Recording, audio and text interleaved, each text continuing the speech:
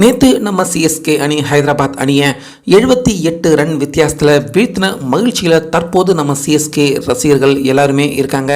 இப்படி இருக்க இந்த மேட்ச்சில் நம்ம சிஎஸ்கே அணி அபார வெற்றி அடைகிறதுக்கு கேப்டனான ருத்ராஜ் 98 ரன் அவர் அடிச்சு கொடுத்தது முக்கியமான ஒரு காரணமாக இருந்தாலும், இரண்டாவதா இந்த மேட்ச்ல முக்கியமான ஒரு ஆட்ட நாயகன் யாரு அப்படின்னா கண்டிப்பா டாரி மிச்சல் அவரை சொல்லலாம். ஏன்னா டாரி மிச்சல் ஃபர்ஸ்ட் சிஎஸ்கே அணி பேட்டிங் பண்றப்ப 50 ரன் எடுத்து கொடுத்தது மட்டும் இல்லாம இரண்டாவதா சிஎஸ்கே அணி ஃபீல்டிங் பண்றப்ப 5 முக்கியமான மிகப்பெரிய கேட்ச்களையும் டாரி மிச்சல் அவர் பிடிச்சு கொடுத்திருக்காரு.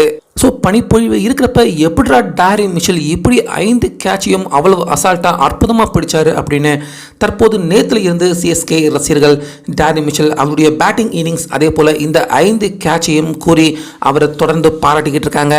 இப்படி இருக்க டாரி மிச்சல் நேற்று ஆட்டம் முடிஞ்சதுக்கு அப்புறமா நம்ம சென்னை சேப்பாக் மைதானத்தில் இருந்தே யாருமே எதிர்பார்க்காத முக்கியமான சில விஷயங்களை கூறி பரபரப்பாக ஒரு நெகிழ்ச்சியான பேட்டியை டாரி மிச்சல் நேற்றைய ஆட்டத்தின் போது கொடுத்திருக்காரு. ஸோ அதில் மிக முக்கியமாக கடந்த சில நாட்களாக சிஎஸ்கே அணிக்கு உள்ள இருக்கிற சில பிளேயர்களே என்ன ஒரு பொருட்டாகவே என்ன கருதுறதில்லை, ஆனால் தோனி அவர் ஒருத்தர் தான் என் மேலே நம்பிக்கை வச்சு இப்போ என்னுடைய மிகப்பெரிய ஆசையையும் அவர் நிறைவேற்றி கொடுத்துருக்காரு அப்படின்னு டாரி மிச்சல் சொல்லியிருக்காரு.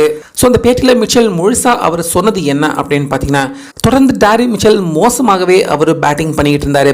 இதனால் சிஎஸ்கே ரசிகர்கள் பல பேர் டாரி மிச்சல் அவரை பிளேயிங் 11ல் சேர்க்கக்கூடாது, அவரை அணியில் இருந்து நீக்கணும் அப்படிங்கிற கருத்துக்கள் தொடர்ந்து வெளியாகிட்டு இருந்தது. ஸோ இதே நிலைமை தான் சிஎஸ்கே அணி உள்ளேயும் இருந்திருக்கு. டாரி மிச்சல் 14 கோடி கொடுத்து வாங்கியிருந்தாலும் அவருடைய சரியான பேட்டிங் பர்ஃபார்மன்ஸ் இல்லாததால சப்போர்ட்டிங் ஸ்டாஃப்ஸா இருக்கிற ஃப்ளமிங், மைக் ஹசி, பிராவோ இப்படி கோச்சா இருக்கிற இவங்க எல்லாருமே கடந்த சில நாட்களாகவே என்னுடைய மோசமான பர்ஃபார்மன்ஸை பார்த்து என்கிட்ட ரொம்பவே கோபமாக தான் நடந்துக்கிட்டாங்க. ஆனால் தோனி அவர் ஒருத்தர் தான் என்கிட்ட அந்த மாதிரி நடந்துக்காம என்னால் நிச்சயமாக நல்லா ஆட முடியும் அப்படின்னு என் மேலே நம்பிக்கை வச்சு தொடர்ந்து பிளேயிங் 11ல் இருந்து என்னை நீக்கக்கூடாது அப்படின்னு எனக்கு நம்பிக்கை கொடுத்தாரு. ஸோ தோனி அவர் கொடுத்த நம்பிக்கை தான் என்னால் நேற்றைய ஆட்டத்தின் போது பேட்டிங்லேயும் ஃபீல்டிங்லேயும் இரண்டுலேயுமே நல்ல பர்ஃபார்மன்ஸை வெளிப்படுத்த முடிஞ்சுது. ஸோ என்னுடைய பங்களிப்பில் தற்போது சிஎஸ்கே அணி ஜெயிச்சிருக்கிறது எனக்கு ரொம்ப மகிழ்ச்சியாகவும் இருக்குது அப்படின்னு டாரி மிச்சல் குறிப்பிட்டிருந்தார்.